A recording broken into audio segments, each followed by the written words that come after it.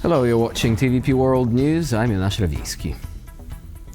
According to Ukrainian President Volodymyr Zelenskyy, Russia is preparing a new massive wave of attacks. Moscow has been targeting Ukraine's energy infrastructure for months, causing widespread outages amid plunging temperatures.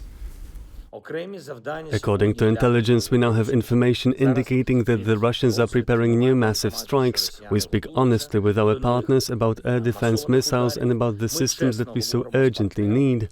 Supplies are insufficient. We are trying to accelerate them, and it is important that our partners hear us. A great deal of work is currently being done at the level of the Ministry of Defense of Ukraine. But still, please pay attention to air raid alerts. Please help those who are near you, those who are alone, and those who need your support. A deep freeze grips Ukraine as Russian strikes cripple energy infrastructure. In Kyiv, emergency and scheduled power cuts leave residents with electricity for just a few hours at a time, while water supplies remain unstable. Energy providers say the outages will continue until damaged facilities are restored. Let's see what the residents of Kyiv have to say. There is no heating at all.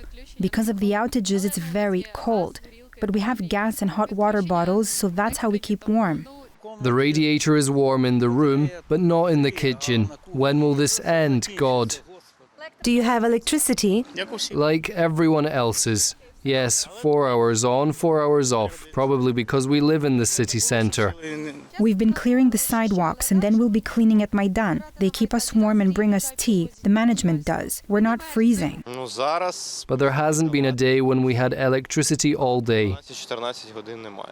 If there's no electricity, then there's no heating at home. So unfortunately, it's cold. We have electricity for about 3 to 4 hours a day. I don't stay at home. It's very cold there.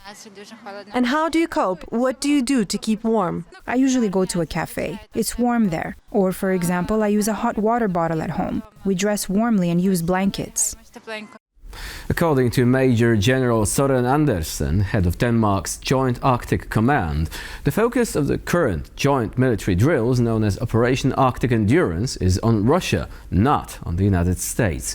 The exercise, in which the US is not taking part, kicks off in Greenland in response to direct threats by Donald Trump.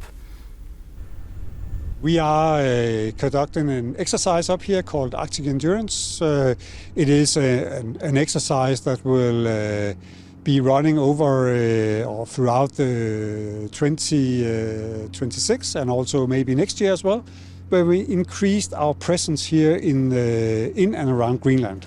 And we do that with Danish troops, but also with allied troops. And for the moment, we have Danish army troops up here, and we have French commandos up here. I think there's no immediate threat from Russia right now, so we are looking into a potential threat. So we have time to step up, but we simply also have to do it.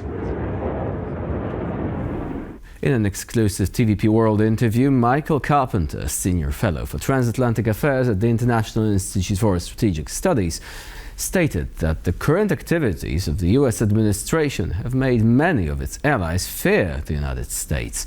Carpenter further explained that America is losing its global soft power, stressing that even its closest neighbor, Canada, is starting to view it as a threat.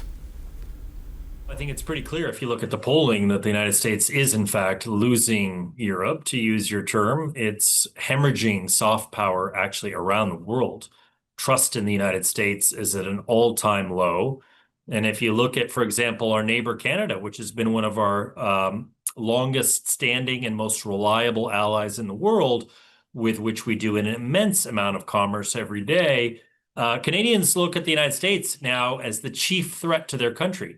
We've surpassed China in that category just in the course of the last 12 months under the Trump administration. So a lot of our allies now fear the United States. They worry about our territorial claims to their territory. That's the case with Panama. That's the case with Canada. It's the case with Denmark when it comes to Greenland. And many allies worry about whether the United States would defend them under an Article 5 scenario. So yes, the world is changing dramatically, and the United States is aligning itself with authoritarian states, and it's distancing itself from fellow democracy. A pivotal trade agreement between the European Union and a group of South American countries under the collective name of the Mercosur is set to be signed on Saturday. Despite opposition voiced by Europe's leading agricultural nations, such as France and Poland, the deal will bring about a reduction in import duties and an increase in import quotas for Mercosur countries. Ahead of the signing, European Commission President Ursula von der Leyen and Brazilian President Lula da Silva hailed the agreement as a great opportunity for both continents, although controversies remain. It is good for Mercosur, it is good for Europe, and above all, it is very good for the democratic world and for multilateralism. In trade, more investments mean new jobs and opportunities on both sides of the Atlantic. We are already major suppliers of agricultural products to the European Union, but we will not limit ourselves to the eternal role of commodity exporters. We want to produce and sell higher value industrial goods. The EU-Mercosur agreement sends a powerful message. It says, welcome to the world's biggest market and largest free trade zone on the planet. The whole story will only be a complete success when people and businesses can feel the benefits of our agreement, and this should happen fast. When we deliver on the EU-Mercosur agreement, this will be a success story written by 700 million people. 4 Ukrainians and 1 Russian man have been charged with sabotage and terrorism in Poland in connection to explosive packages sent from the Lithuanian capital Vilnius to Poland, Germany and the United Kingdom. The prosecutor's office notes that these acts could have resulted in an aviation disaster, and the accused could face life sentences. 4 packages were sent from Vilnius to Poland, Germany and the United Kingdom. Those packages contained explosives. 3 of those 4 packages spontaneously combusted. One in a truck, a courier's vehicle near Warsaw, which happened in July 2024. 2 others spontaneously combusted in hubs located at airports. At least one of the packages could have combusted in an aircraft because it was sent to London, but it happened at a transshipment location in Germany instead. The prosecutor has also established these actions were carried out at the order and behest of Russian intelligence. Germany has denied a suspected Russian Shadow Fleet tanker entry into its territorial waters in the Baltic Sea, according to a Bloomberg report published on Friday. German authorities turned away the ship over irregularities concerning its documentation and identity. The vessel was reportedly navigating the strait between Denmark and Sweden, initially signaling a destination in the Gulf of Finland, before it rerouted north toward Russia's Arctic coast. Open-source databases, including that of the International Maritime Organization, do not feature the ship in their registries. Germany's entry denial marks the first instance of a European country turning away a ship believed to belong to the Shadow Fleet, a group of vessels operated by Russia to circumvent Western sanctions.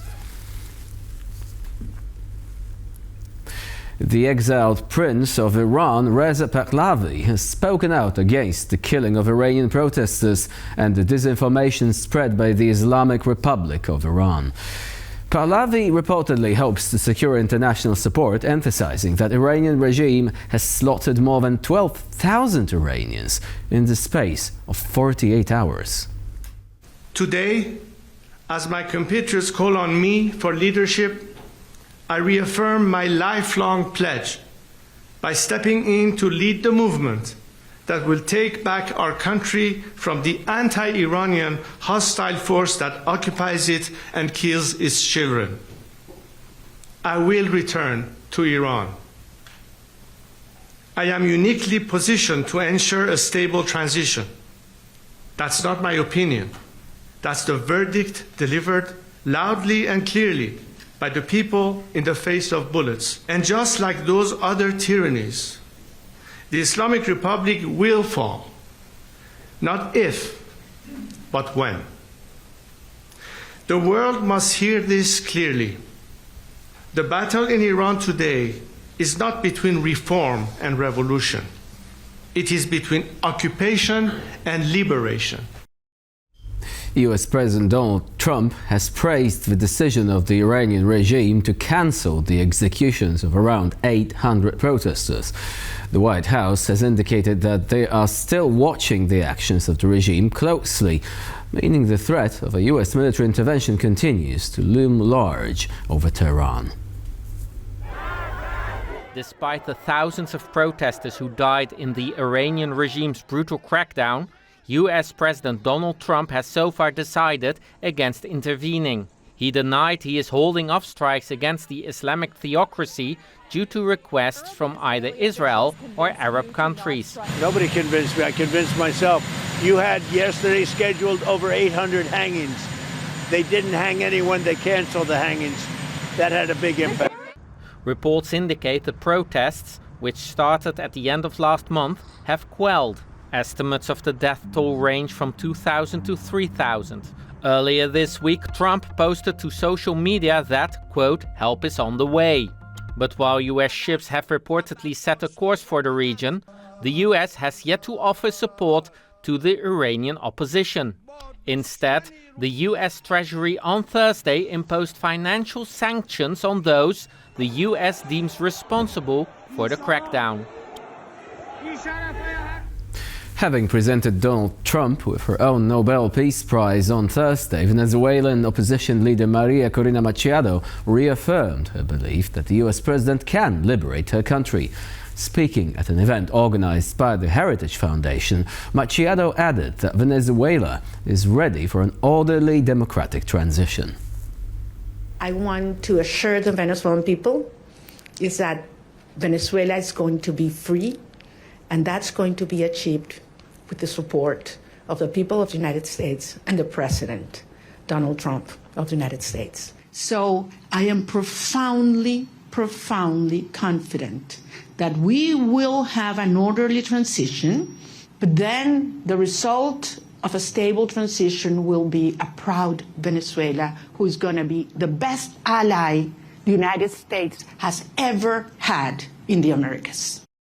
Now, gender-neutral terms will be introduced on key official documents in Poland after EU's top court ruled that EU countries must recognize same-sex marriages legally performed in other member states. The change, while ushering in inclusive language, does not legalize same-sex marriages in Poland. The ruling, issued by the EU's Court of Justice last November, obligates countries, such as Poland, to accept requests to formally register same-sex unions performed abroad, even if they are not permitted under local laws. In order to comply with the decision, documents such as marriage certificates will now replace the terms woman and man with first spouse and second spouse. Terms such as father of the first spouse and mother of the second spouse will also be introduced to replace gender-specific terms.